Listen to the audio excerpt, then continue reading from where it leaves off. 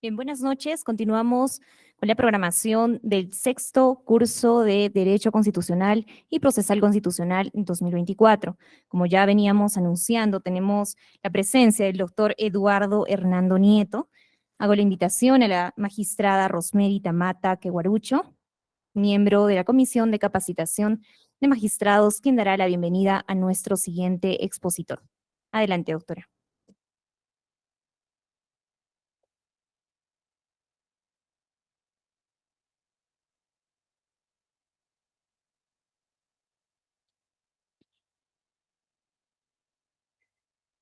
Muy bien, muy buenas noches con todos, señores magistrados, personal jurisdiccional, personal asistente.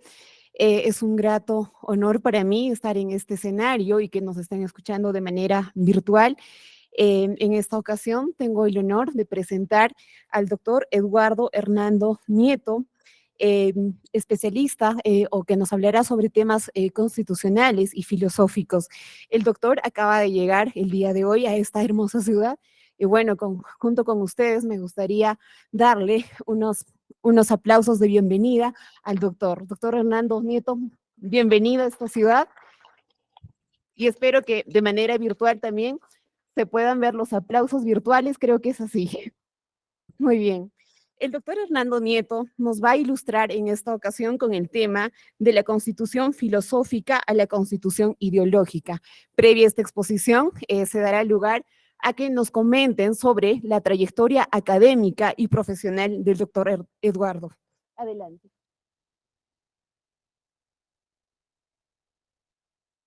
Muchas gracias, doctora Rosemary.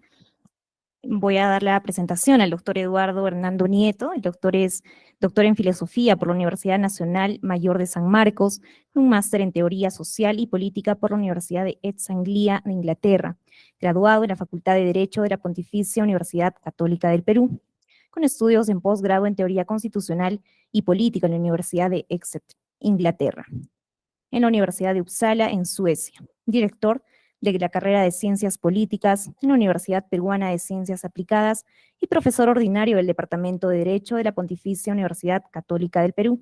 Ha sido también coordinador del doctorado en Derecho de la Universidad de San Martín de Porres y profesor en las facultades de Derecho de la Universidad de Lima, la Universidad de Piura, y en los doctorados de Derecho de la Universidad Nacional Mayor de San Marcos y de la Universidad San Ignacio de Loyola, profesor principal en argumentación jurídica en la Academia de la Magistratura, autor de los libros Pensando peligrosamente el pensamiento reaccionario y los dilemas de la democracia deliberativa, Desconstruyendo la legalidad, ensayos de teoría legal y teoría política. Lo recibimos con un fuerte voto de aplausos.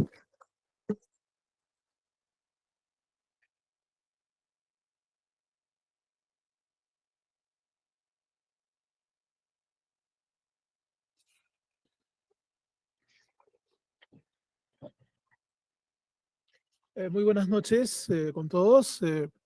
Antes que nada, quiero agradecer a la comisión, ¿no?, encargada de organizar este interesante evento académico, ¿no? Los doctores Franklin Gutiérrez, Elvia Barriga y Rosemary Tomata, y además al Círculo Away, que son los que han hecho posible esta eh, presentación y de hecho todo este, como dije, interesante curso de Derecho Constitucional Procesal, y que, bueno, yo vengo modestamente a aportar algo en esta oportunidad, ¿no?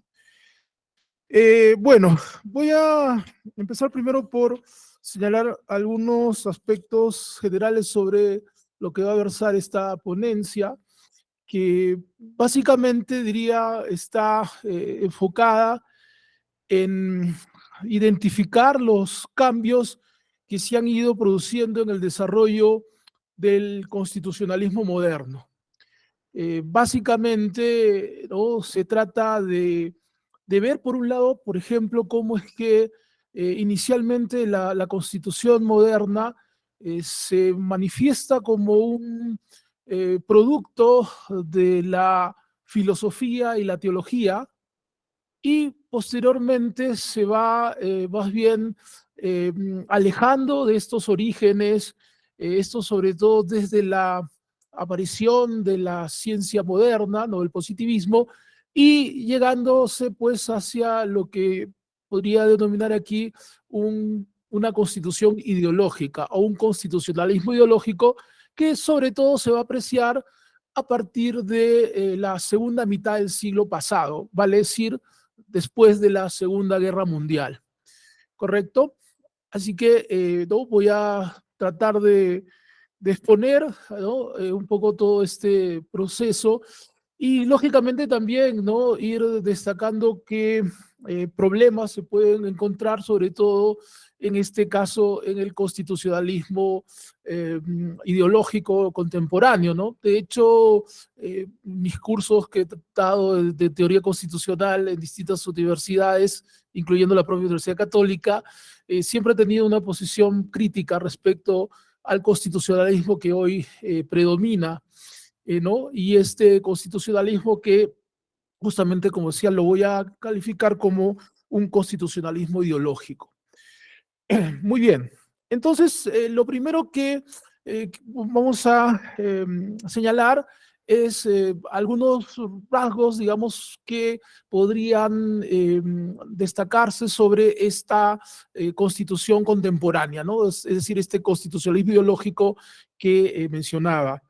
En primer lugar, hay que considerar, y esto ya lo había indicado hace un minuto, que hay un escenario ya que va a ser muy especial y que servirá pues para que pueda ir desarrollándose esta forma de constitucionalismo ideológico. ¿Cuál es ese escenario? Básicamente el escenario del positivismo, o sea, de la ciencia moderna. Y es que no podemos, digamos, dejar de señalar que en el desarrollo de la ciencia moderna del positivismo había un concepto que era clave. ¿Cuál era este concepto? El progreso, ¿correcto? Entonces, la idea era que ¿no? A raíz ya de la incorporación del pensamiento científico, evidentemente el mundo iba a mejorar, ¿no? Hasta alcanzar pues estadios de bienestar pleno o de felicidad plena, ¿no? Entonces, en este sentido, podría decirse hoy en día que lo que llamamos comúnmente Estado constitucional de derecho sería ¿no? visto como el producto final de este proceso de progreso, ¿correcto? ¿Ya? O sea que estamos entonces ante un modelo de Estado constitucional en el cual, por ejemplo, pues logran armonizarse todos estos principios que encontramos en los orígenes de la modernidad y en la política moderna. Léase igualdad y libertad, ¿ya?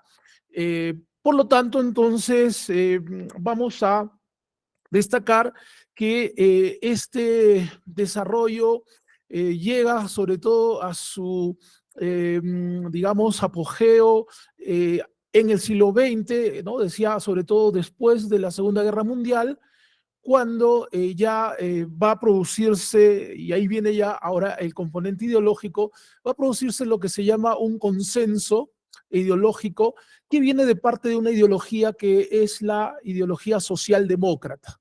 Se habla de un consenso socialdemócrata a partir del fin de la Segunda Guerra Mundial y que justamente va a reunir sobre todo a las potencias vencedoras y que son ellas las que van a ir, pues, digamos, desarrollando este modelo de Estado constitucional de derecho.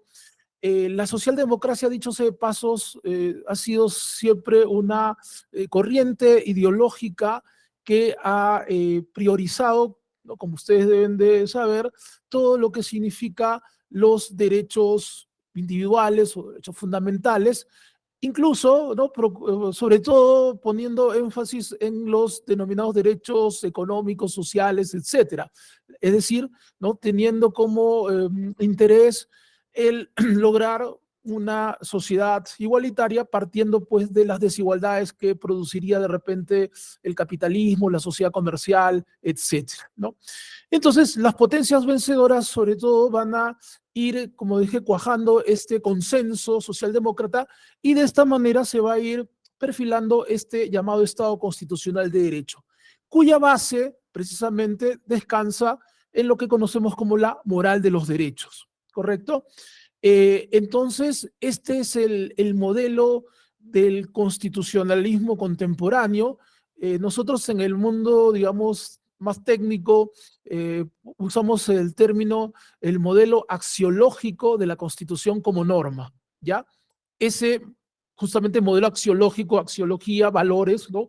Se caracteriza pues porque la Constitución básicamente es moral, ¿ya?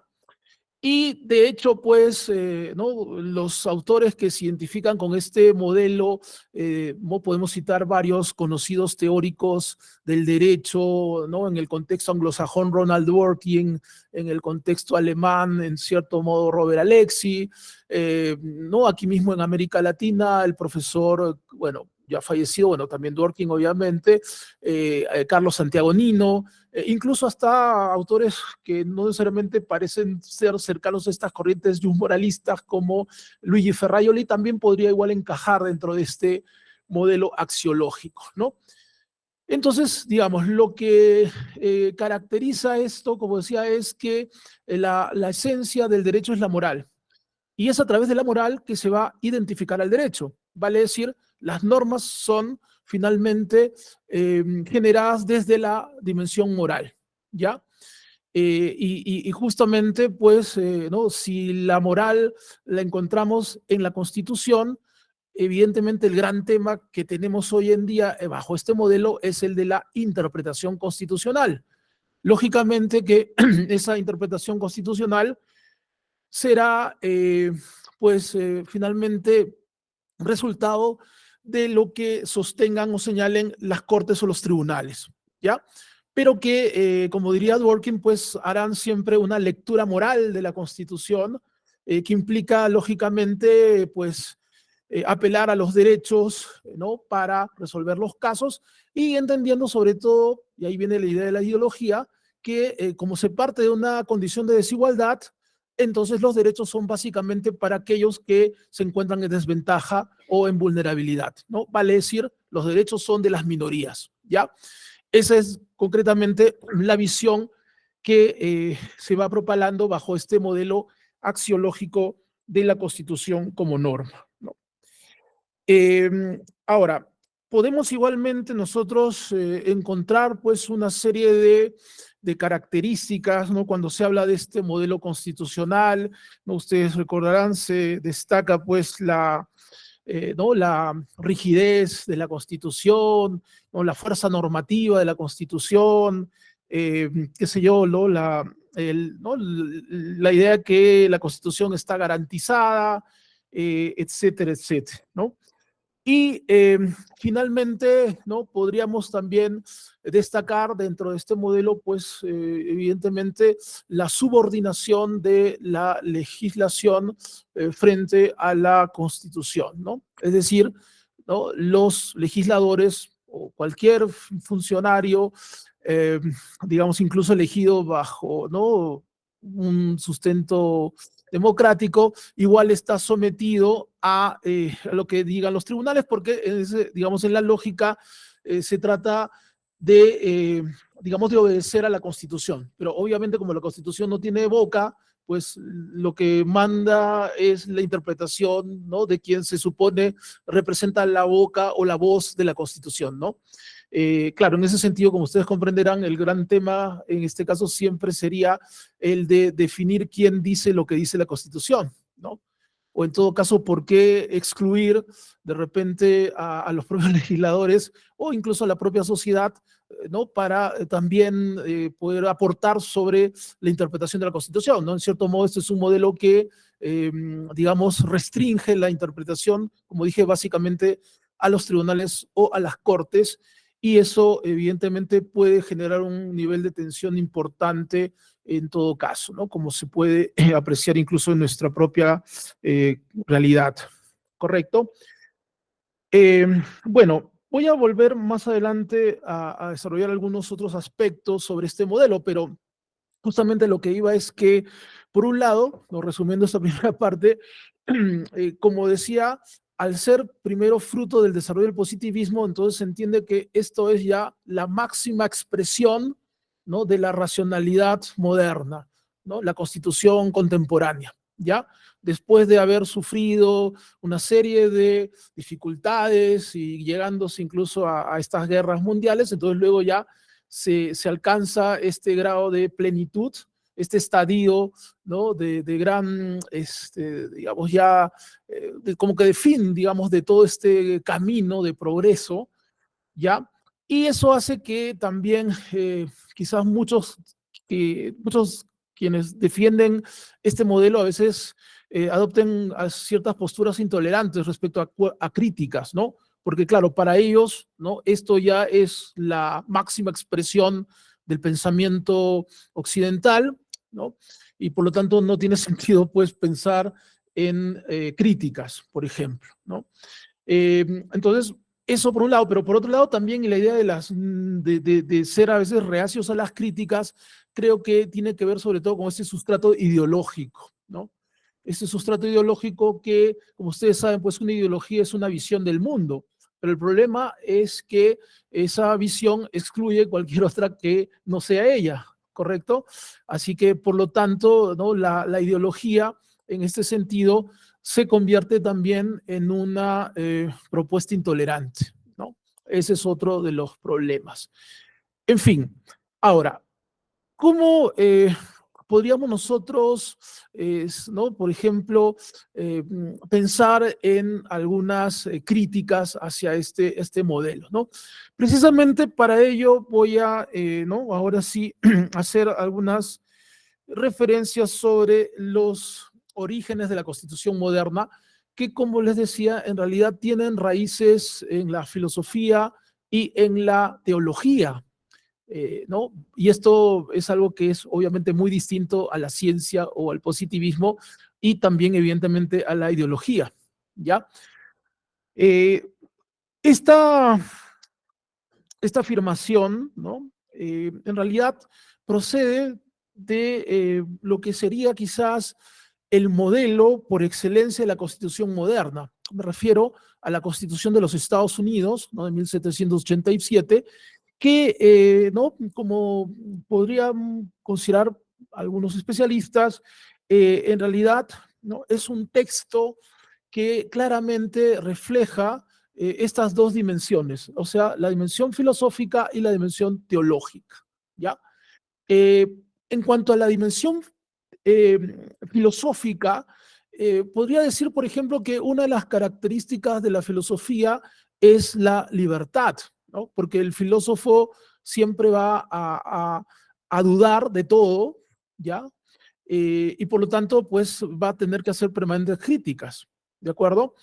Por eso es que la filosofía podría resultar peligrosa, en cierto modo, si es que todos pretendieran ser filósofos, ¿no? Porque eso significaría, pues, que todos dudarían de todo, ¿no? Entonces, la filosofía, en principio, siempre estaba referida a un grupo pequeño, a un núcleo, ¿no?, de filósofos, digamos, que podían tener esa, digamos, estar en esa situación de dudar y de ser escépticos, ¿no? ¿Correcto? Ahora, entonces, ese es, digamos, el espíritu de la filosofía, ¿no? La libertad, la crítica, recuerden, la filosofía es la búsqueda del conocimiento, ¿no? Entonces, siempre es una cosa de estar permanentemente tratando de alcanzar esto, ¿no? Pero para eso justamente se requiere de la libertad, ¿ya? Entonces, de la filosofía extraemos la libertad. Pero el otro componente que vamos a encontrar en la Constitución americana es teológico. Y este se basa en un principio que es el principio de autoridad, ¿ya? Entonces, claro, la teología básicamente se expresa, digamos, en leyes que tienen que cumplirse y nadie puede dudar de las leyes o de las órdenes, ¿ya? Por lo tanto, pues, ¿no?, es indudable que el principio de autoridad es esencial para que pueda existir un orden, ¿ya? Justamente por eso comentaba que si fuésemos todos filósofos y todos cuestionásemos todo, no podría haber un orden, ¿no?, porque nadie respetaría la ley, ¿no? Entonces tiene que haber un grupo importante de personas que respeten la ley, que respeten y sigan la autoridad, y esta otra posibilidad de que un grupo pequeño pueda siempre ser escéptico y dudar, ¿no? Entonces, pero no todos podemos hacer eso, ¿no? Y es más, los que hacen eso, o sea, los filósofos que necesitan la libertad, requieren de la autoridad, requieren del orden, porque no puede haber filosofía sin orden, ¿no? Así que en ese sentido, entonces, ¿no? Cuando se empieza a plasmar este proyecto republicano en Estados Unidos, entonces se entendía pues que había una fuerte influencia de estas dos tradiciones, ¿no? De hecho, ¿no? Por ejemplo, algunos historiadores del constitucionalismo norteamericano han encontrado pues que, digamos, las raíces de todas estas teorías contractualistas que uno usualmente las vincula con las corrientes racionalistas del siglo XVIII, Ilustración y tal, en realidad provienen de la teología, ¿no? ¿No? De pronto pensemos pues en el pacto, ¿no? de Dios con el pueblo de Israel, ¿no? Un pacto, ¿no?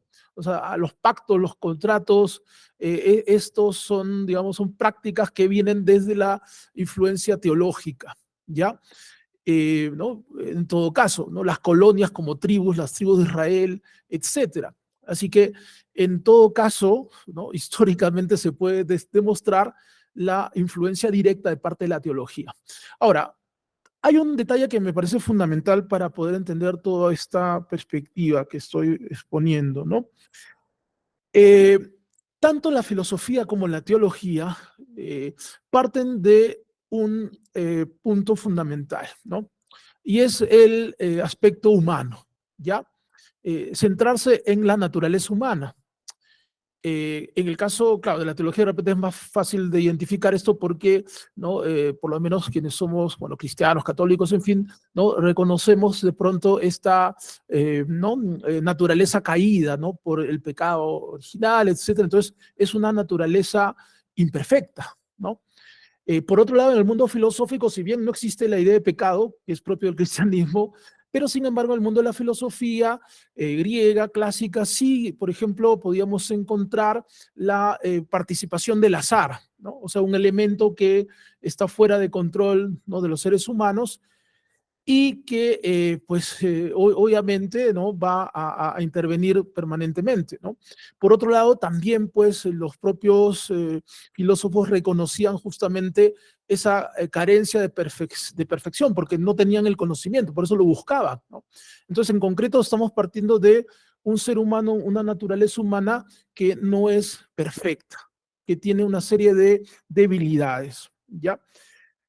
Eh, por lo tanto, vamos a ver, por ejemplo, que la propia Constitución, ¿sí? Va a ir reconociendo estas condiciones de la naturaleza humana. ¿No? Por ejemplo, ¿no? El constitucionalismo americano se lo identifica por ser un modelo, como llaman, institucional, ¿no? O institucionalista. O sea, se van a ir creando una serie de instituciones, ¿ya? Que tienen que ver justamente con esa condición humana, ¿ya? Por ejemplo, hay una famosa institución dentro de la Constitución americana que, ¿no? Que se conoce como el sistema de frenos y contrapesos, ¿no? Checks and balances, ¿correcto? La razón de ser de este sistema, por ejemplo, tenía que ver nuevamente con la naturaleza humana. Por ejemplo, se entiende que el ser humano siempre busca poder, ¿correcto? Y entonces, si nosotros hablamos de que, ¿no? que vamos a encontrar distintos poderes en el Estado, ¿no? Legislativo, etcétera, entonces la lógica es que cada poder va a querer crecer y eso podría implicar tomar el poder del otro, ¿no? Entonces cada uno quiere tomar el poder del otro y eso genera obviamente un conflicto, ¿no? Entonces en la lógica americana, por ejemplo, se pensó que para evitar llegar a este conflicto era necesario que cada poder tuviese un arma para que se defienda cuando es agredido, ¿no? Un poco como en el lejano oeste, ¿no? Donde los americanos tienen sus pistolas y pueden hacer uso de ellas cuando son amenazados, ¿no? Recuerden, incluso está la segunda enmienda, ¿no? Donde se establece este derecho a portar armas, ¿no? Entonces, Por ejemplo, claro, ¿no? Si la rama judicial se sentía amenazada, esta tenía el arma de la revisión judicial, ¿no? Si, por ejemplo, el legislativo se sentía amenazado por el ejecutivo, ¿no? Este podía utilizar también un arma, ¿no? Podría ser, por ejemplo, en el caso americano de lo que llaman el impeachment, ¿no? ¿No? Puede finalmente destituirse al presidente, por ejemplo. El presidente podía vetar también leyes, ¿no? O sea que al final cada uno tenía su poder, su arma, y entonces de esta manera, claro, como yo sé que el otro tiene un arma y la puede usar y me puede agredir y me puede hacer daño, entonces prefiero abstenerme de amenazar, ¿no? Porque claro, si tú no tienes arma y yo tengo un arma, obviamente hay una gran desventaja, ¿no? Y eso hace que sin duda alguna se produzca un hecho violento, pero si ya cada uno tiene su arma y la va a usar, obviamente entonces ya no va a poder producirse esos grandes conflictos, ¿no?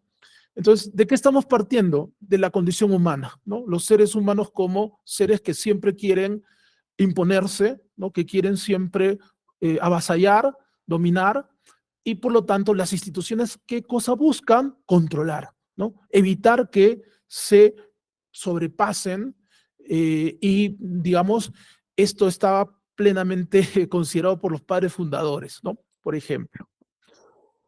Por otro lado, también, ¿no? El modelo constitucional, por ejemplo, venía acompañado con un interés importante en lo que significa la educación de los ciudadanos, ¿no? Porque evidentemente, ¿no? Si nosotros tenemos ciudadanos, personas que no tienen un grado de educación ¿no? relevante, entonces es más fácil que estas personas puedan ser dominadas por sus instintos y puedan entonces actuar también de manera violenta, ¿no? Entonces estamos hablando básicamente de una educación, digamos, casi ética, en todo caso. Y por ejemplo, en este sentido, la religión tenía un papel importante, ¿no? Como se suele decir, la religión ¿no? que introduce frenos internos en las personas resultan, ¿no? importantes para este modelo, ¿ya? Correcto. Entonces, ahí tenemos también ¿no? esta necesidad de poder educar para que justamente puedan también valorar la libertad, ¿no? Para que puedan también aprender a respetar a la autoridad, etcétera, ¿no? Porque, repito, sin libertad y sin autoridad no hay república, ¿no? Y la Constitución quería eso, ¿no? La Constitución quería justamente que pueda haber un orden republicano, ¿no? En todo caso. Efectivamente, el tema de los derechos es algo que viene con el mundo moderno, ¿no? Pero aquí hay un detalle importante, ¿no? Cuando en la Constitución americana, ¿no? En este caso ya serían en las enmiendas, ¿no? ¿no? Donde estaban esta ¿no? Bill of Rights, esta ¿no? Carta de Derechos, cuando se hablan de derechos en este constitucionalismo de los orígenes, estos no son entendidos como poderes indiscriminados de los sujetos, como se los entendería hoy, ¿ya? Si, por ejemplo, se hablaba de la libertad de religión, ¿ya? Esto implicaba, pues, que era importante que cada norteamericano pudiese ser parte de una iglesia, ¿ya? Entonces, la libertad de elección significa, ok, tú si quieres puedes ser católico, si deseas puedes ser, no sé, anabaptista, ¿ya? Luterano, o sea, tú puedes elegir, ¿no? En qué iglesia te sientes mejor, ¿correcto? Entonces, a eso se refería la libertad de religión. ¿Eso qué implicaba? Que evidentemente todos consideraban valiosa la religión. No es la interpretación que haría el modelo axiológico de la Constitución como norma, en donde la libertad de religión significa, ¿no? Si te da la gana crees, ¿no? Si no, no, o puedes creer en cualquier cosa finalmente, ¿no? Porque es tu preferencia, ¿no? Es tu elección, ¿ya? Entonces, este constitucionalismo, digamos, de los orígenes tiene claramente digamos, este carácter colectivo comunitario, lo cual nuevamente viene con el aporte tanto filosófico como teológico, ¿no? Iglesia, en el caso, ¿no? de la teología, Y evidentemente en el caso de la filosofía no podemos olvidar esta famosa ¿no? Propuesta o esta idea, mejor dicho, de Aristóteles: todo ser humano es un ser social por naturaleza, ¿ya? Entonces, en ese sentido, lo valioso es lo comunitario, lo social. Lo mismo, por ejemplo, cuando los norteamericanos hablaban sobre la libertad de asociación, justamente, ¿no? Entonces, si quieres, tú te comprometes con tal o cual grupo, ¿no? Tal o cual sociedad, perfecto, pero es importante que pertenezcas a una sociedad, ¿no? Entonces, no es una elección entre pertenecer a una sociedad o no, ¿no? Tu preferencia como individuo, sino a cuál sociedad quieres ir, ¿no? ¿Por qué? Porque la vida social es fundamental para que podamos tener ciudadanos comprometidos, ¿ya? Entonces, en ese sentido, entendían nuevamente el valor que tiene la vida social o poder formar parte de cualquier grupo social, ¿ya? Cualquier comunidad, en todo caso. Entonces, básicamente, ¿no? La lógica apuntaba hacia esto, ¿no? A poder lograr, ¿no? Finalmente, que se pudiese establecer, como decía, un orden, ¿no? En donde la Constitución, en realidad, por un lado, pues hay que verla en términos de límites, ¿ya? De límites, ¿no? En general, para todos. Y esto nuevamente es una cosa que viene, ¿no? De la filosofía y de la teología. Eh, Hay un conocido historiador del constitucionalismo, un profesor italiano que falleció no hace mucho, Mauricio Fioravanti. Él, por ejemplo, ¿no? Cuando hace toda esta historia de la Constitución, eh, claramente sí distingue estas etapas de la Constitución, digamos, moderna, ¿no? Que sería básicamente la Constitución como norma, y lo que serían las constituciones tanto en el mundo griego antiguo como en el mundo medieval, teológico, ¿no? O sea, filosofía y teología, ¿ya? Lo primero que vemos en este caso es que la Constitución no es una norma, la Constitución es un orden, ¿ya? Entonces, para empezar, de un punto de vista conceptual, ¿no? Uno puede ver que el término constitución puede interpretarse de varias maneras y por lo menos se tiene claro que en el mundo antiguo, en el mundo medieval, la constitución no es norma, sino es orden. ¿Ya? Ahora, en el caso griego, por ejemplo, se entendía que la constitución es, digamos, o debería ser entendida como un orden ideal. Ahí venía justamente lo de búsqueda, ¿no? Del conocimiento, en este caso sería búsqueda del mejor régimen político, ¿ya? Entonces, la idea era eso, ¿no? De poder llegar a ese orden ideal. Pero, digamos, también volviendo nuevamente a la parte de la naturaleza humana, las inclinaciones, ¿ya? Entonces era usual pues que en una ciudad, por ejemplo, encontrábamos grupos que tienen diferentes intereses, ¿no? Simplificando de repente, como diría Aristóteles, los muchos y los pocos, ¿no? O ricos y pobres si quieren. Entonces el rico tiene su interés, el pobre tiene su interés, ¿ya? Pero ambos son parte de la ciudad, ¿sí? Y en ese sentido, entonces, lo que buscaba, digamos, la Constitución es finalmente también mantener el orden y en ese sentido eso significaría pues tratar de conservar la unidad, ¿no? La unidad política.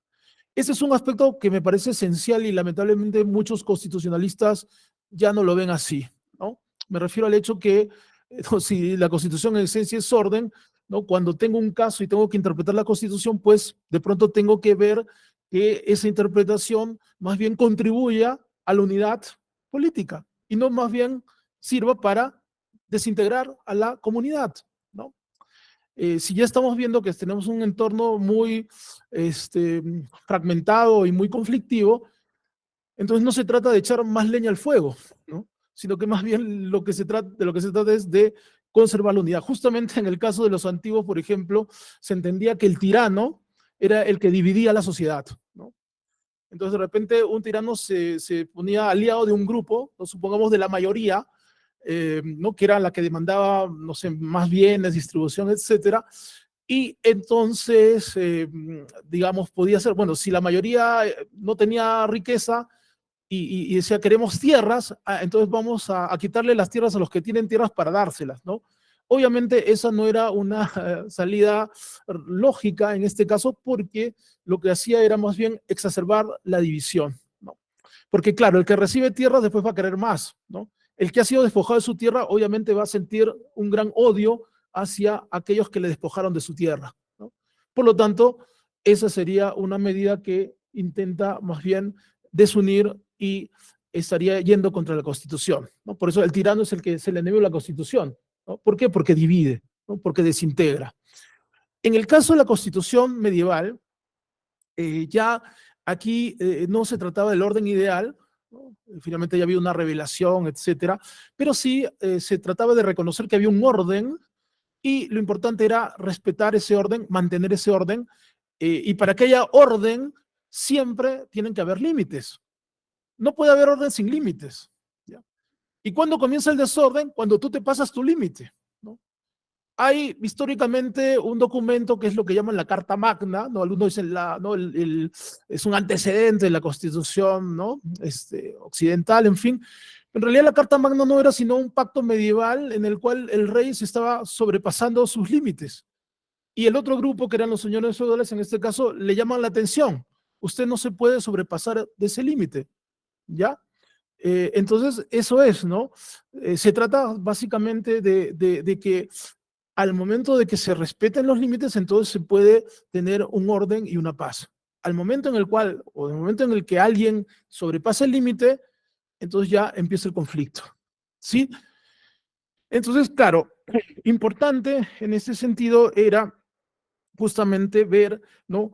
Cómo es que en estos casos se trataba pues de una lógica muy diferente, ¿no? A la que podemos encontrar en este modelo del constitucionalismo contemporáneo, ¿no? Entonces aquí, igual en el caso medieval, se entendía pues que el tirano, por ejemplo, sería obviamente aquel que no respeta los límites, ¿no? Simplemente.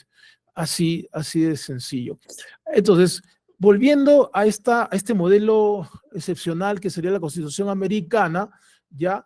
Entonces, ahí efectivamente se ve claramente cómo se ¿no? establecen y fijan los límites y cómo es que ¿no? la idea es entonces también que se puedan ¿no? mantener y respetar esos límites, ¿no? En ese sentido, incluso la Administración de Justicia no tenía un papel ¿no? importante en cuanto a lo que sería el, digamos, controlar, ¿no? Que no se pasen o se excedan de estos límites, ¿no?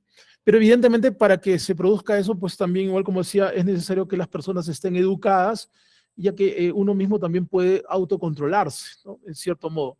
Claro, si yo ya no puedo controlarme, pues viene un segundo control que es el derecho, ¿no? La norma jurídica que ya podría actuar en ese sentido, ¿no? Correcto. Ahora, entonces, ¿no? Tenemos que en el desarrollo, ¿no? de las perspectivas ya contemporáneas, nosotros observaríamos cómo es que se va prescindiendo, ¿no? de cada una de estas condiciones que se habían fijado en la Constitución de sus orígenes, o en la Constitución original, ¿no? Eh, por un lado, ya con este consenso que decía socialdemócrata o liberal, vemos pues que digamos, la idea de libertad se interpreta de una forma distinta, ¿no? Básicamente, como decía, se trata de ¿no? afirmar el poder de cada individuo y la satisfacción de sus preferencias, ¿no? Eh, entonces, esta constitución moderna que como dije, ya nace como norma, va a estar, pues, lógicamente orientada a, digamos, privilegiar todas estas libertades subjetivas o estos derechos subjetivos, ¿ya?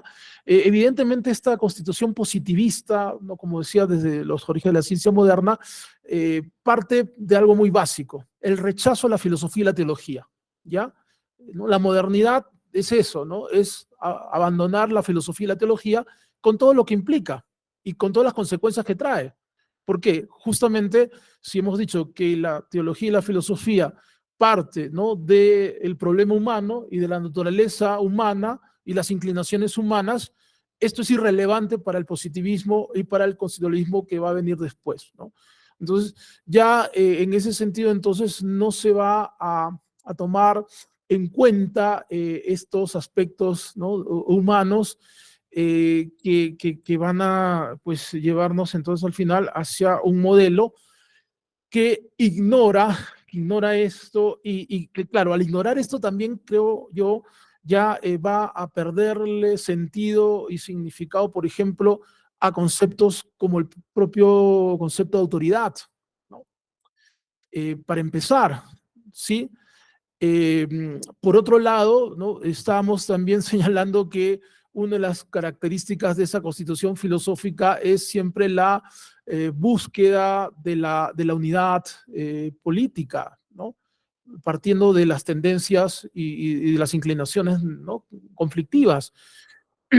Pero obviamente ya no se percibe esta idea, ¿no?, o ya no hay este interés por conservar ninguna unidad política, como comentaba, ¿no? En realidad, aquí no simplemente se interpretan en función a, ¿no?, afectación a tal derecho, ¿no?, de acuerdo a lo que establece tal, no, tribunal o tal jurisprudencia, etcétera. Y en todo caso, como decía, hay, al tratarse ya de una constitución ideológica, entonces, pues, ¿no?, se quiere de una vez, pues, concretar la ideología, en cierto modo, a través de las interpretaciones constitucionales y la jurisprudencia, ¿no?, en este sentido, ¿no? Ahora, ya tratando un poco de comprender cómo es que va produciéndose entonces este tránsito, ¿no?, de estos orígenes de la Constitución en términos de orden político, ¿no?, en términos de el problema de la naturaleza humana, en términos de crear instituciones que estén enfocadas en estos problemas de la naturaleza humana para que podamos vivir en paz, ¿no? Entonces todo eso se ignora y se pasa entonces a este modelo, como decimos, que básicamente, ¿no?, plantea, ¿no?, claro, esta visión de tratar, pues, de satisfacer plenamente todas las preferencias subjetivas, poniendo, como decía, énfasis en las pretensiones o demandas de los grupos minoritarios, en todo caso. eh, pero, digamos, igualmente también se puede apreciar, como decía hace un rato al inicio, ¿no?, quienes siguen este modelo, pues parten de ciertos presupuestos que son bastante discutibles, ¿no?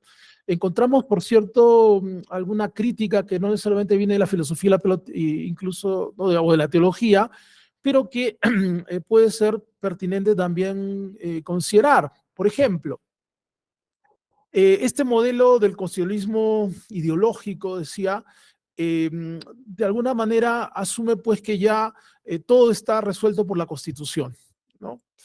Claro, justamente como estamos diciendo que la Constitución es básicamente, ¿no?, digamos, moral, entonces no hay espacio que no sea, digamos, susceptible de, digamos, de escapar de esta presencia de la moral, ¿no?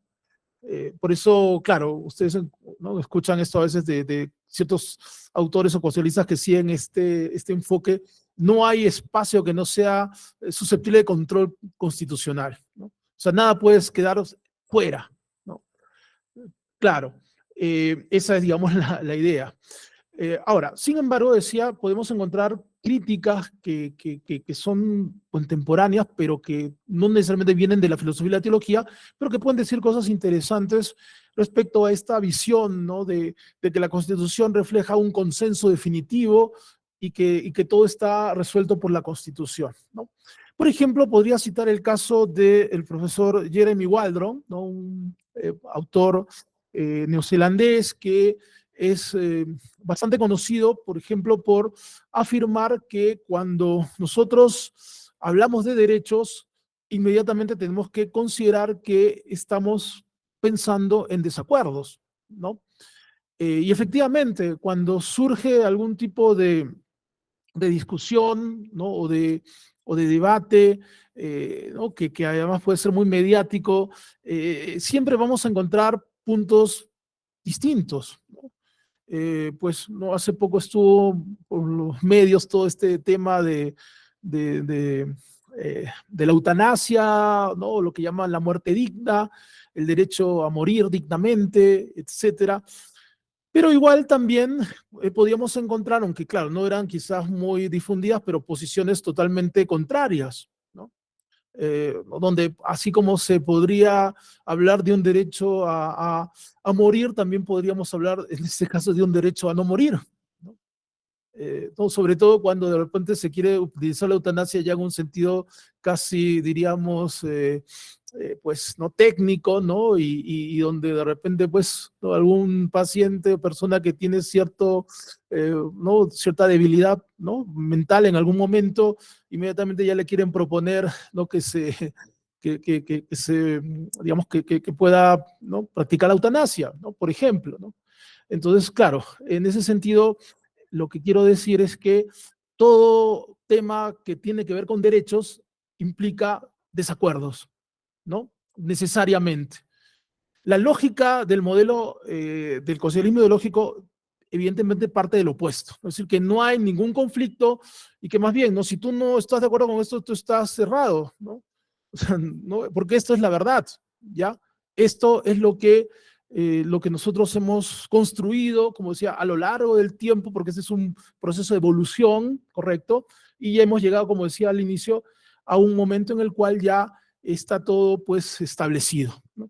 Entonces, ¿quién puede dudar de esto, ¿no? ¿Cómo puedes tú cuestionar, ¿no? El derecho a tal ¿no? O tal demanda de tal grupo, ¿no? Etcétera, ¿no? Cualquier demanda que no es atendida inmediatamente es calificada como discriminación, ¿no? O un acto discriminatorio.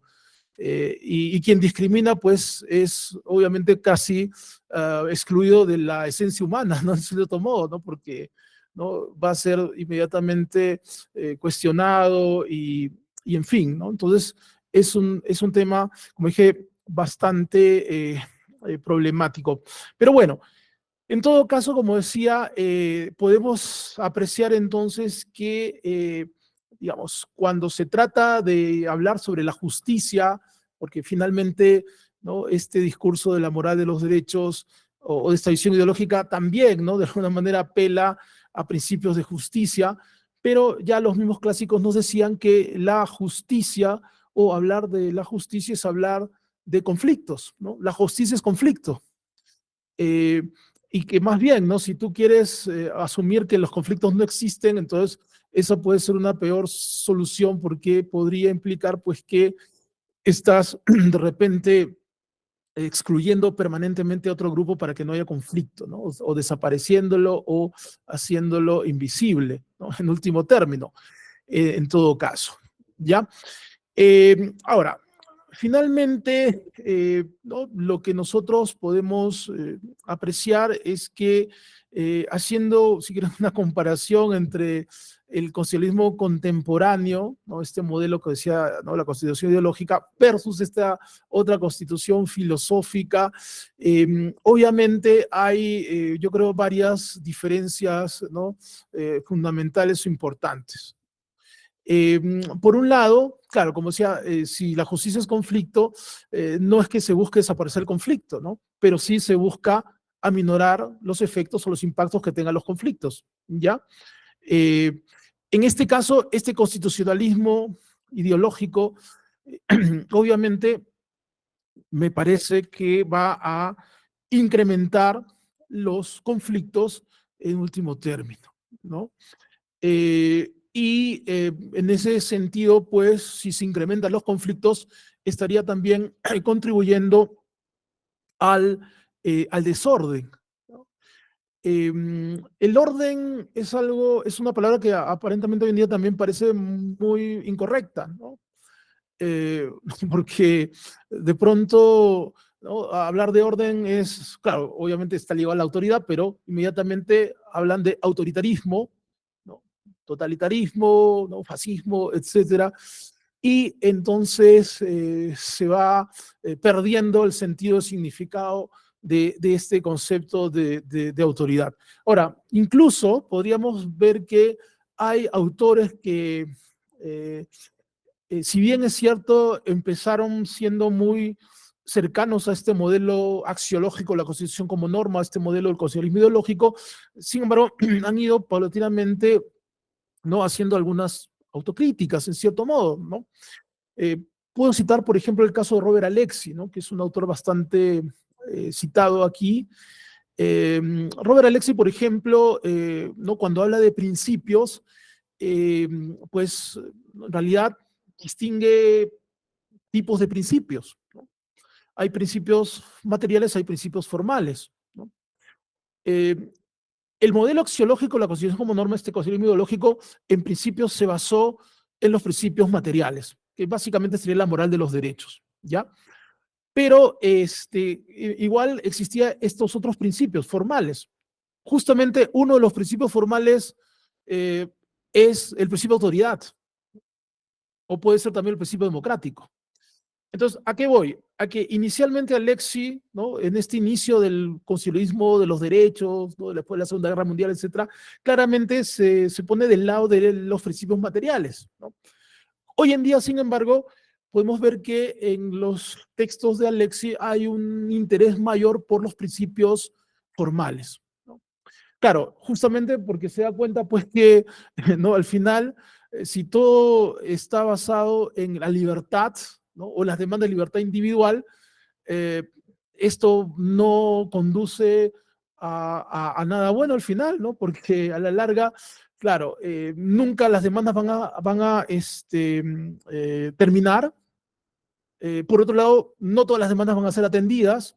Entonces, eso lógicamente genera respuestas, ¿no? A quien no lo atienden o a quien igual quiere más y no se le puede dar en ese momento, etcétera. Entonces, eso genera una situación de mayor conflicto, ¿no? Entonces, es necesario recuperar el principio de autoridad, volver a, ¿no? Entender que el derecho es límite, ¿no? ¿No? En esta visión ideológica, como dije, o sea, pasándose por encima de las fuentes ideológicas, dicen no hay límites, ¿no?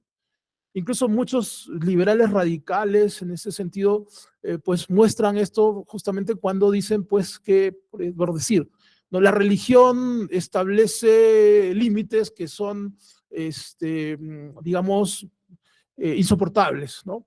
O la cultura fija límites que también son insoportables, ¿no? O sea, claro, hablamos de instituciones, ¿no? La propia familia, etcétera. Toda institución per se establece límites, ¿no? En ese sentido, entonces, quienes abogan por esta moral al final están también yendo contra todas las instituciones, ¿correcto? Y si no hay instituciones, no hay orden, así de claro. Por lo tanto, ¿no? Curiosamente, este modelo al final podría hasta liquidar, ¿no? A quien fue digamos, a quien lo generó, ¿no? Que finalmente sería la propia comunidad, ¿no? Volviendo al caso norteamericano, ¿no? We the people, nosotros el pueblo nos damos la constitución, ¿ya? O sea, es el pueblo el que crea la constitución. No es a la inversa, no es la constitución la que crea el pueblo, sino el pueblo crea la constitución. Y hoy en día, entonces, esa misma comunidad, colectividad, ¿no? Está fuertemente amenazada, afectada por este desarrollo de este modelo, ¿no? En concreto, finalmente, ¿no? Que como dije, pues en aras de afirmar la moral de los derechos o las libertades individuales, pues se tumba cualquier tipo de institución, cualquier cosa es vista como un control. Cualquier control es negativo porque afecta mi libertad, ¿no? Afecta mi preferencia, afecta mi deseo, afecta, ¿no? Mi proyecto de vida, etcétera, etcétera, ¿no? Pero claro, en una civilización normal, obviamente uno tiene que saber pues que no puede alcanzarlo todo, ¿no? Que todo tiene límites. Incluso ya vemos cómo con todo este desarrollo de lo que llaman la ¿cómo se llama este término? ¿No? Que tiene que ver un poco con la incorporación de toda esta tecnología en el campo de la vida, ¿no? Incluso bajo esa lógica también se quiere hasta considerar que la muerte, ¿no? Establece límites y quieren ir más allá de la muerte, ¿no? En cierto modo, ¿no? Por decir, ¿no? Prolongar la vida, ¿no? Con tecnología, ¿no? Y entonces en ese sentido hay toda una lógica que resulta bastante absurda finalmente, ¿no? Pero bueno, no quiero cansarlos más, entonces creo que ¿no? Han sido planteadas básicamente las ideas esenciales, ¿no? Haciendo una breve síntesis para cerrar. Entonces, ¿no? El constitucionalismo contemporáneo abandona plenamente la filosofía y la teología, o sea, la idea de la libertad, pero con autoridad, ¿no? Porque no tiene sentido hablar de libertad sin autoridad o sin límite, ¿correcto? Al abandonar eso, entonces nos lleva hacia un escenario en el cual, paradójicamente decía, quien va a verse más amenazado es la propia comunidad, ¿no? Y claro, al hacer eso, entonces lo que tenemos es desorden, violencia y una situación de gran peligro para todos, ¿no? Básicamente, que es en realidad una expresión del desorden, ¿no? O sea, el constitucionalismo moderno lleva al desorden, y el desorden es algo que, bueno, normalmente resulta inaceptable para la vida humana, ¿no? Básicamente es eso. Ok, muchas gracias, ¿no?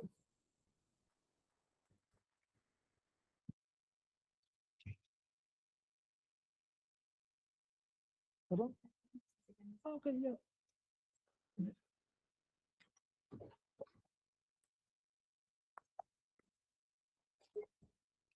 Bien, agradecemos la participación del doctor Eduardo Hernando Nieto.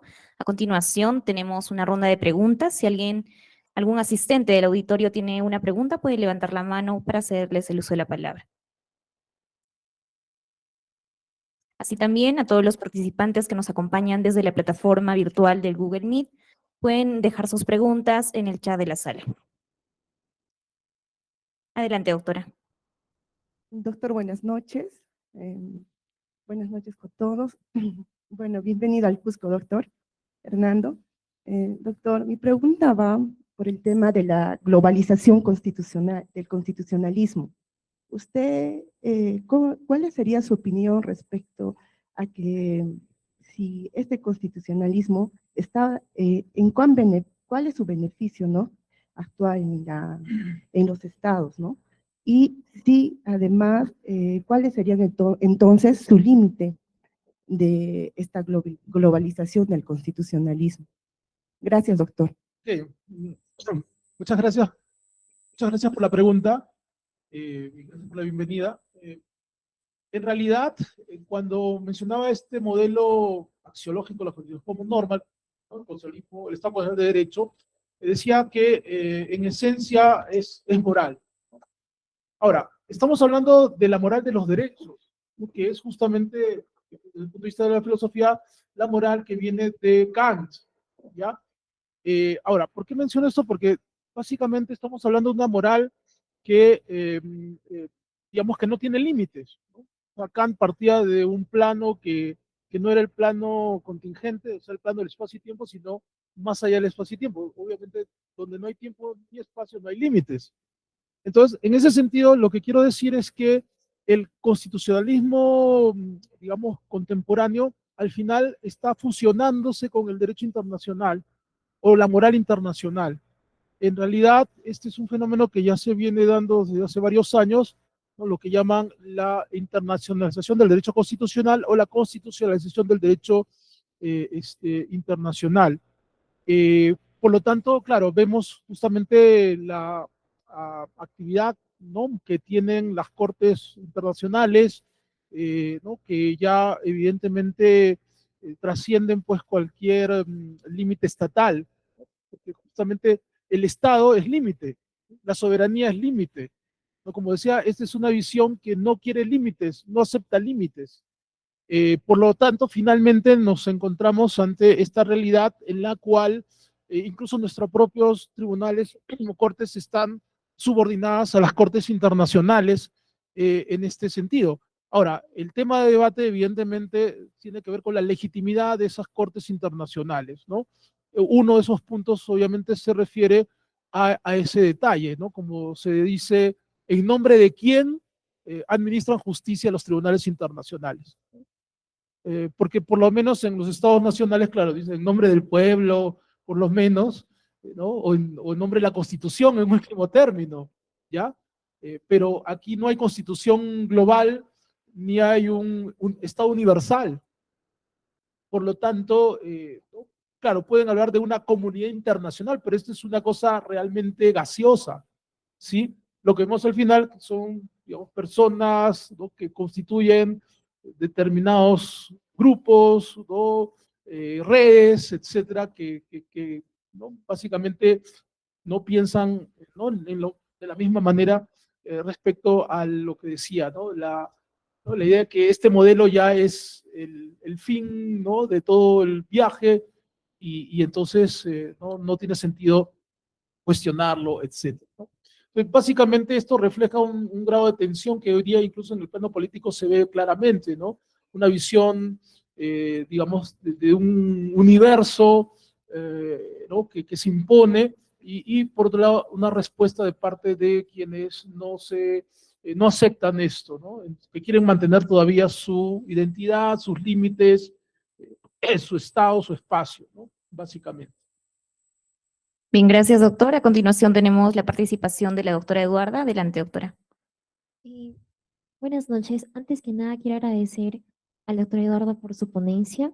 Y bueno, mi pregunta es, ¿abandonar la filosofía o la teología podría llevar a la autodestrucción del hombre?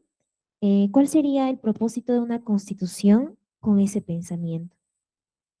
Bueno, sí, efectivamente, en realidad la, la idea de la Constitución, como decía, en sus orígenes estaba siempre ligada a la comunidad, al orden, a la búsqueda de la unidad, a tratar de atender las demandas de cada grupo de la sociedad, ¿no? Por ejemplo, en el contexto antiguo se decía que una buena Constitución es aquella que le sirve tanto al rico como al pobre. Y evidentemente una mala constitución es aquella que solamente le sirve al rico y no al pobre, o a la inversa, que solamente le sirve al pobre y no al rico. Entonces, una constitución tiene que ser buena para todos o servir para todos. Si ya hay un grupo que se beneficia y excluye a otro, entonces no puede ser una buena constitución, ¿no? Una buena constitución debe de trabajar o debe contribuir a la unidad política, a preservar la unidad política, ¿no? Una mala constitución más bien sirve para el opuesto, ¿no? Para desintegrar, dividir, fragmentar, ¿ya? Entonces, veamos las cosas como son, ¿no? Si en realidad estas constituciones que tenemos ahora, o estas interpretaciones constitucionales, como dicen algunos, están contribuyendo a hacer la vida mejor para todos, o no, ¿no? Bien, muchas gracias, doctor. Tenemos una siguiente pregunta. Adelante, por favor. Gracias. Quería consultar justamente algo relacionado con la función unificadora. Em, Entiendo que siempre, como usted también lo mencionó, el derecho es conflicto. Entonces, cuando se presenta un caso ante un tribunal, siempre va a haber una parte que va a perder con la decisión que emita el juez y otra que va a ganar, ¿no? Y la parte que va a perder siempre va a estar en desacuerdo. Entonces, en ese entender, ¿cómo se materializaría esta función unificadora si en realidad siempre va a haber una división con la decisión que emitan los jueces respecto a un caso que se presente? Ya, pero, claro, pero ojo que esa es una cuestión ya de la justicia ordinaria, en todo caso. Aquí estamos, digamos, pensando más bien en la justicia, pero ya, digamos, colectiva, social, etcétera, ¿no? Digamos, a ese tipo de conflictos me refería. En todo caso, pues obviamente siempre van a haber conflictos judiciales, ¿no? Qué sé yo, peleas por una herencia, etcétera. Y bueno, ahí también, ¿no? Podemos incluso recurrir igual no a la teología o la filosofía exactamente, sino al derecho romano, ¿no? De repente, en donde encontramos a veces respuestas más, ¿cómo se dice? Digamos, más sencillas y más de sentido común, ¿no? En último término. Claro, el problema ahora, y ahí viene ahora sí la parte que comentaba sobre el constitucionalismo contemporáneo, es que ustedes saben cómo la justicia ordinaria puede ya resolver un caso, pero inmediatamente se puede escalar, ¿no?, a instancias ya constitucionales o supranacionales. ¿Por qué? Porque se maneja a través de los derechos, ¿no? Ahí hay un problema muy grande que, bueno, no lo he abordado ahora, pero es una cosa muy importante, cómo se ha ido desprestigiando las leyes, ¿no?, frente a estos principios o derechos constitucionales, ¿ya? Las leyes siempre han cumplido una función fundamental que es la de, digamos, acabar con un conflicto en el sentido no de que resuelva y llegue a la verdad, sino que nos permite continuar, ¿no? O sea, si hay una regla que ya está establecida, ¿no?, y que puede servir para resolver esta situación, entonces ya por lo menos, ¿no?, se aplica la regla y ya ese conflicto en cierto modo queda allí, ¿no? Pero si decimos que, bueno, ya la regla la aplicas y no importa porque igual yo considero que se está vulnerando mi derecho y entonces inmediatamente pues esa regla deja de ser eficaz, ¿no?, en todo caso. Entonces, por eso es que hoy vemos ese fenómeno de constitucionalización del derecho, ¿no? O sea, muchísimos casos que simplemente tendrían que terminar aplicando reglas, ahora no es así, ¿no? Y llegan, ¿no?, hacia esas instancias en donde, claro, los principios siempre van a generar mayores dudas, ¿no? En todo caso, ¿correcto? Muchas gracias, doctor. Tenemos la participación del magistrado, juez superior titular, Luis Fernando Murillo. Adelante, doctor. Doctor, buenas noches. ¿Sí? Sí, lo escucho. Bien, empiezo por enlazar lo último que usted ha dicho, ¿no? Ya estamos declarando derechos a un río, a un zorro y cosas por el estilo, ¿no? En esa perspectiva no sé a dónde vamos a llegar. Bueno, quiero hacer un comentario y también quiero hacer una pregunta, y es el siguiente el comentario, ¿no? Yo creo que en su exposición, con la que estoy completamente de acuerdo, faltó un poquito de repente citar a Giovanni Sartori, ¿no? Cuando Giovanni Sartori, en el libro de Ingeniería Constitucional, en la última parte, hace varias reflexiones ya para cerrar. Él dice, yo estoy de acuerdo con Madison y con Hamilton cuando en Filadelfia dijeron que la Constitución no debiera tener derechos, porque para lograr los derechos y que estos se materialicen, tenemos que hacer estructuras sólidas de gobierno para que se alcancen esos objetivos. Pero en América Latina, en general, tenemos la tendencia de poner en la Constitución derechos y derechos y derechos. Y como no nos hemos preocupado de hacer lo que se hizo en Filadelfia en 1787, es decir, crear unas estructuras de gobierno sólidas, institucionales, como ha dicho usted, nunca se van a alcanzar esos objetivos y obviamente las constituciones se van a desprestigiar porque hacemos de ellas programas de gobierno inalcanzables. Entonces, ahí me parece que la reflexión de Giovanni Sartori es importante, ¿no? Porque él dice, una constitución que tenga o cuya parte más importante sean los derechos, no es una constitución. En cambio, una constitución cuya parte más fuerte, más sólida sea la orgánica, sí es una constitución. Pero en América Latina hemos entendido, y en particular el Perú, las cosas al revés. Bien, ahora, es muy importante lo que usted ha dicho en el tema del orden, ¿no? Es decir, de que haya límites. Las 13 colonias obtienen y hacen su libertad en función del derecho a la igualdad, ¿no? Porque a ellos económicamente los habían tratado mal con relación a los impuestos, considerándose ellos ingleses tanto como los que estaban en Inglaterra. Es por eso que la Declaración de Independencia, que es el preámbulo de la Constitución norteamericana, dice, proclamamos como evidentes estas verdades, que todos los hombres nacemos iguales, ¿no? Y por eso es que rompemos las cadenas con Inglaterra. Y después en 1803 viene la famosa sentencia en la que se dijo, si la Constitución es una norma que está al alcance del legislador, entonces las constituciones habrán sido un vano intento por limitar un poder que por su propia naturaleza es ilimitable. Y ahí nació el constitucionalismo como el límite del ejercicio del poder. Y los americanos, de un punto de vista práctico, en un clima de desconfianza, hacen esa constitución, haciendo en realidad una revolución, porque ellos, de no existir un orden, crean un orden. Me parece muy importante que hayamos citado a Fioravanti, ¿no? Fioravanti que mira ese desarrollo en la época antigua, como que identifica las constituciones con un orden, y ahí ya voy entrando a la pregunta, orden tuvimos nosotros antes de ser colonia, orden estamentaria, progreso, tuvimos en esa época antigua antes de que lleguen los españoles. Cierro el paréntesis para la pregunta. Y entonces sucede que cuando Fioravanti dice, hay una visión historicista en Inglaterra, de ese traslado del poder del rey hacia el parlamento, hay esa visión estatalista, llama él, de Francia, que todo estaba entendido a través de la ley y entramos a la dictadura de la ley. Los americanos lo que hicieron fue esa visión contractualista, ¿no?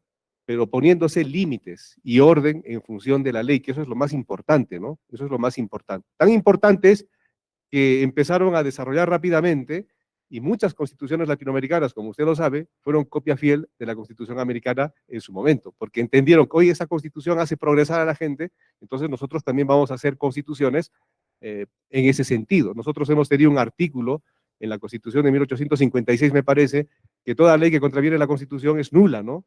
Pero ¿de qué nos sirvió? Después tuvimos el control difuso en el título preliminar del Código Civil de 36, en el artículo 23, en el Código Civil. O sea, eso demuestra que estábamos un poco desubicados en el orden. Y entonces ahora, esta exposición es importante porque a través de esta exposición podemos entender que en el Perú estamos con esa constitución que usted ha llamado filosófica, de poner derechos, de poner máximas, y no habernos preocupado de generar un Estado que tenga las estructuras, como decía Madison, Hamilton, en el federalista, de crear estructuras para lograr precisamente lo que Jefferson escribió en la Declaración de Independencia de Virginia antes del 4 de julio de 1776, para ser felices, ¿no? Y la Declaración de Independencia de los Estados Unidos es para ser felices, es decir, para ser propietarios, para tener progreso, pero siempre con los límites de la ley. Y ahora voy con la pregunta, después de estas reflexiones. Y en el Perú, que siempre tuvimos un orden en la antigüedad, en nuestra antigüedad, se nos impuso un orden con el virreinato, y cuando cayó el virreinato, ni siquiera por voluntad de los peruanos, y nace el Estado peruano, sabemos perfectamente que San Martín se va frustrado porque no hay con quién hacer un Estado. Entonces, ¿por qué en el Perú no tenemos esa idea del respeto del orden? ¿Por qué cada vez ni siquiera respetamos la Constitución, que debiera ser el límite al ejercicio del poder, pero sí queremos poner máximas aspiraciones en una Constitución, y cada vez acusamos a las constituciones que éstas fracasan? Por eso tenemos 12, pues, y seguramente tendremos una más, y creo que hay que siempre mirar, y esto para cerrar la pregunta, que Chile, el pueblo chileno, nos ha dado una lección al negar una Constitución que hubiese fragmentado a Chile en 1000 pedazos, precisamente por la Constitución ideológica, ¿no? Por esa Constitución excesivamente de derechos. La pregunta es concreta: ¿por qué el Perú está como está de cara a lo que hemos escuchado en este momento? Ya, bueno, es una pregunta un poco complicada. Bueno, algunas cosas a propósito de los comentarios también. Yo sí tengo una discrepancia en todo caso sobre el tema del virreinato, ¿no? Porque, bueno, de hecho yo también enseño algo de historia y he trabajado el derecho indiano, y en ese sentido yo creo que sí ahí se construyó un orden. Quizás el problema fue que no se desarrolló un orden, digamos, para el grupo mestizo, ¿no? Porque, claro, había una república de indios, una república de españoles, pero el gran grupo quedó básicamente fuera de esos órdenes, ¿no? En ese caso, bueno, ahí sí habría algún problema. Ahora, por otro lado, claro, efectivamente el modelo americano es un modelo institucional. De hecho, el Federalista, ¿no?, que es este texto donde se encuentra, digamos, todas las ideas de la Constitución, ¿no?, destaca cómo en realidad pues no, el proyecto era un proyecto desde la ciencia política, o sea, el conocimiento político. Ahora, el conocimiento político implica el conocimiento del hombre y su naturaleza, finalmente. Así que, por lo tanto, ellos hacían las leyes o las normas en función a esa lectura que tenían respecto a la naturaleza humana. Ahora, por otro lado, ya una vez que las instituciones están establecidas a partir de esa lógica, ojo que las mismas instituciones también van educando, ¿no? O sea, no solamente uno se educa en la escuela, sino a través de las instituciones, las leyes educan, ¿ya? Por lo tanto, claro, aquí justamente la idea de la institución es la permanencia. Y como bien señala, hemos tenido pues 12 constituciones, eso más bien refleja ¿no? un problema, ¿no? Que es el que no podemos permanecer un tiempo importante con determinadas normas o instituciones. ¿No? Quizás de repente porque, como decía en el contexto antiguo, no eran constituciones que estaban al servicio de todos, ¿no? Sino de algunos, ¿no? de ciertos grupos, dependiendo del momento, ¿no? O sea, en algún momento puede ser que cuando irrumpen las mayorías, entonces tiende hacia eso o hacia las minorías en el siglo XIX, ¿ya? En todo caso. Pero en último término, creo que más que la Constitución como un texto o algo, o un objeto, ¿no? La Constitución debe ser algo más interior, ¿no? En todo caso, ¿no? Para que finalmente funcione, como se dice, ¿no? Claro, ahí de repente viene un poco el sustrato que decía teológico y, bueno, y filosófico, ¿no? O sea, que la Constitución va más dentro de cada uno antes que fuera, ¿no? En todo caso. Así que en ese sentido, yo creo que lo esencial es la educación, ¿no? que tiene cada uno y el respeto, ¿no? de los límites. Uno en Lima mismo ve pues que cuando uno circula en su vehículo, no nadie respeta, o sea, no hay ningún límite, ¿no? O sea, un taxista se para en medio, ¿no? Un carro se detiene y pone sus luces, interrumpe el tránsito, pero no importa, ¿no? Entonces, ahí no, o sea, nadie reconoce ningún límite, ¿no? Así que en ese sentido, ¿no? Lo primero que habría que hacer es eso, ¿no? Ahora, el tema es que este modelo ideológico va en contra de eso porque, como dije, cuestiona toda autoridad. Ya, o sea, la ley es una, incluso la autoridad de la ley, el límite. Entonces, todo límite es transgredido. No, toda autoridad es superada. Al final, si transgredes la autoridad, al final no hay autoridad, pues, ¿no? Porque la autoridad está para que pueda, ¿no? afirmar ese límite. Entonces, ¿no? Yo creo que eso es lo esencial, lo fundamental, ¿no?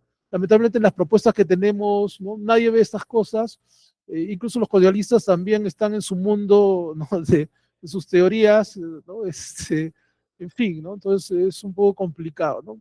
Por lo tanto, creo que es importante la labor, por lo menos en la universidad, ¿no? Trabajar con nuevas generaciones y poder esperar de aquí a unos años algún resultado, ¿no? En todo caso. Bien, muchas gracias, doctor. Tenemos la participación del doctor Daniel Caguana Guzmán. Adelante, doctor. Buenas noches, doctor Eduardo, primeramente. Quisiera preguntarle que, tomando en cuenta que la Constitución de 1993 se dictó en un contexto de autogolpe y un Congreso Constituyente democrático, entonces, ¿realmente existe una orientación o corriente filosófica en nuestra Constitución de 1993? Ya, pero claro, ojo que en realidad, y esto es un tema que también discutieron otros profesores, después de la Segunda Guerra Mundial, en realidad todas las constituciones son lo mismo, ¿no? Así que igual si quieren hacer reforma de la Constitución o esta Constitución es ilegítima porque lo hizo un dictador y tal, en realidad no vale lo mismo porque igual ahí están todos los derechos, ¿no? O sea, este constitucionalismo que he mencionado, este modelo, antepone lo que sería la parte dogmática sobre la orgánica, ¿no? Como bien decía aquí, ¿no? ¿no? El doctor. Entonces, en ese sentido, en realidad creo que sería irrelevante, en cierto modo, que quien la haya hecho, ¿no? Porque al final es lo mismo, ¿no? Igual viene de repente la izquierda y dice hay que hacer una nueva constitución, pero en realidad todos los derechos ya están ahí, ¿no? Y como decía, son derechos abiertos. Así que, no, en realidad es como fuegos artificiales, ¿no? Este tema de la constitución, en último término. Muchas gracias, doctor. También tenemos la participación de la doctora Coralín Guamañagui Zabala. Ah, doctor, adelante, doctora. Gracias. Doctor Eduardo, buenas noches y con todos los presentes. Bueno, mi pregunta es la siguiente. En un sistema democrático constitucional y teniendo en cuenta el nuevo enfoque constitucional que se ha expuesto, el rol de una asamblea constituyente en cuanto sea convocada ¿Es única y exclusivamente para reformar la Constitución o puede tener otras facultades como, por ejemplo, discutir o cuestionar las decisiones de los poderes del Estado? Gracias. Bueno, en principio, como decía, hoy en día prevalece una constitución material, así que puedes hacer 10 asambleas constituyentes y va a ser la misma constitución, ¿no? Porque, o sea, estamos hablando ya de la esencia, ¿sí? En último término, en todo caso. Así que puedes hacer reforma, puedes hacer una nueva constitución, etcétera, pero mientras siga el mismo paradigma, es lo mismo, ¿no? Puedes utilizar muchas etiquetas, en realidad, pero nada va a cambiar. Por eso decía, ¿no? Por eso es importante distinguir, ¿no? En esencia qué es la Constitución, ¿no? Eh, o cómo la entendieron en su momento, ¿no? Quienes lo plantearon, y cuáles eran sus raíces, ¿no? En último término, en todo caso, ¿no? En fin, ¿no? Muchas gracias, doctor. A continuación tenemos la participación del magistrado Franklin Gutiérrez Merino. Adelante, doctor. Muchas gracias, Génesis. Eduardo, felicidades por la ponencia. Estoy seguro que esta noche muchas personas van a ir leyendo filosofía jurídica porque has despertado mucho interés en el tema. Mi pregunta es concreta y directa. Escuché en tu exposición decir que estamos subordinados en un Estado constitucional de derecho. Creo que lo escuché así, me parece, y me pareció entender una crítica al Estado actual. Entonces, si eso es así, ¿a qué estado debemos mirar o a qué estado debemos enrumbar? Si este estado constitucional de derecho es un estado de subordinación, o sea, el Poder Judicial subordinado al TC, es el Poder Legislativo subordinado al TC, o sea, el TC es la máxima expresión en todo caso en este tipo de estado. ¿A qué tipo de estado enrumbamos? ¿O estoy tal vez equivocado y entendí mal esa parte de la ponencia? No, o sea, sí, efectivamente estaba haciendo una crítica, ¿no? Básicamente a este modelo, ¿no? Del Estado Constitucional de Derecho, en último término. De hecho, soy bastante crítico también de la justicia constitucional, en último término, ¿no? Porque finalmente parte de digamos, de la misma historia, ¿no? En este caso. Ahora, ¿qué cosas se puede hacer o qué se puede cambiar? Bueno, en realidad es un poco complicado también porque es un modelo global, en cierto sentido. ¿No? Vemos que, claro, la mayoría de profesores o autores que publican en distintas editoriales en países, digamos, no sé, Italia, España, o sea, están en el mismo discurso, ¿no? En último término. Así que es difícil, ¿no? Eh, Primero ver si se puede hacer algo para modificar o cambiar, en todo caso. Pero como decía, yo creo que al final lo esencial está en cada uno, ¿no? En último término. Y sí, se pueden hacer algunas cosas básicas, ¿no? Por decir, si vemos a la Constitución como unidad política, yo no puedo entender que un juez, al resolver un caso, su decisión más bien genere un impacto negativo, en el sentido de que agudiza el conflicto, ¿no? O sea, recuerden que un juez no solamente tiene que interpretar las leyes, sino también tiene que ver el efecto o impacto que tiene su decisión respecto a la sociedad, y no solamente en el momento, sino a futuro, ¿ya? Entonces, eso sí se puede hacer, por ejemplo, ¿no? El hecho que los mismos autores se moderen y que también entiendan que son, digamos, autoridades no nacionales, ¿no? Porque a veces muchos se dejan llevar también por la jurisprudencia internacional, ¿no? Ahora parece pues que en los casos se tienen que resolver no apelando al código o a la constitución incluso, sino a la jurisprudencia tal, ¿no? O sea, la jurisprudencia ha reemplazado a las normas positivas creadas por, ¿no? Los legisladores. Si no te gusta la ley, cámbiala, ¿no? Junta tu mayoría y propone un cambio legislativo, ¿no? En tu último término, ¿ya? Entonces, es eso, ¿no? Bien, muchas gracias, doctor Eduardo. Con ello damos por concluida la ponencia programada para el día de hoy. Ahora bien, invito a la doctora Elvia Barriga, miembro de la Comisión de Capacitación de Magistrados, quien hará entrega de un obsequio al doctor como muestra de agradecimiento por habernos acompañado en esta noche. Adelante, doctora.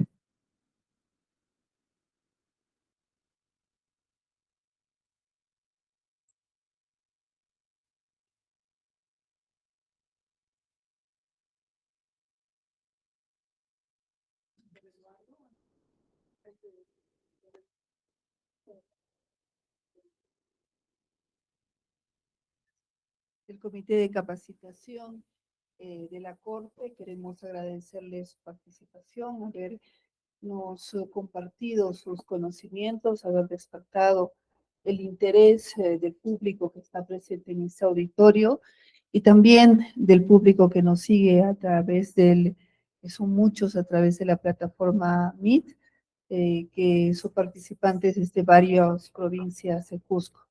Queremos entregarle unos pequeños recuerdos de artesanía cusqueña y también de productos de la condición. Gracias. Fuerte voto de aplausos, por favor.